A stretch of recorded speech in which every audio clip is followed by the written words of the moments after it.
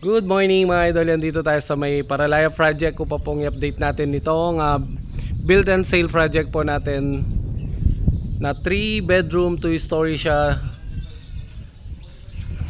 So bali po halos patapos na tayo dito sa may harapan. Ito na yung kanyang pinakagarahe. So yan po yung view niya dito.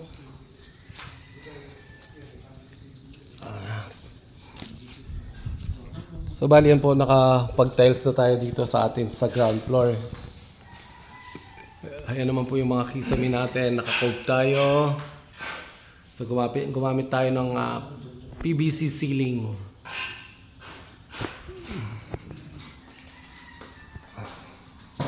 So yun po pinaka-kusina natin dito.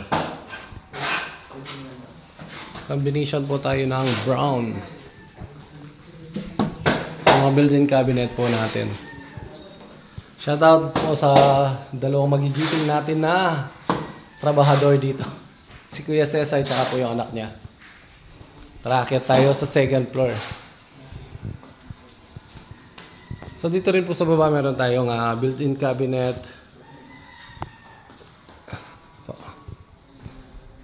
So bali dito sa hagdan po gagamit tayo dyan ng wood. Para po bumagay yung color ng mga cabinet natin sa hagdanan.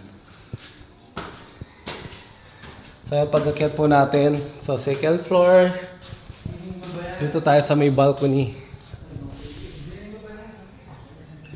So yan po yung pinaka-balcony natin. Napakaluwag po ng balcony natin dito. Then terrace natin dito sa may master bedroom. Then meron din tayong mga built-in cabinet bawat kwarto.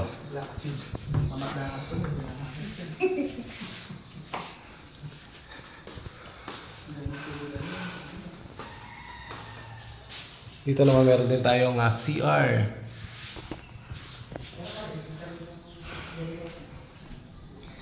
So napaka-presko po ng lugar natin dito.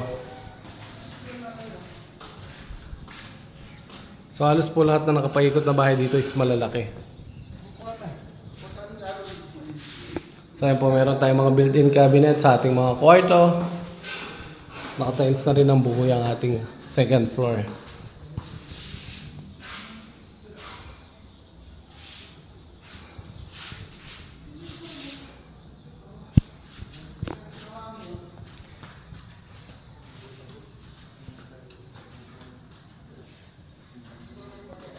So po yung update muna natin dito sa may build and sale project natin na matatagpuan sa may Paralaya, Arayat, Pampanga. Magandang umaga po mga idol.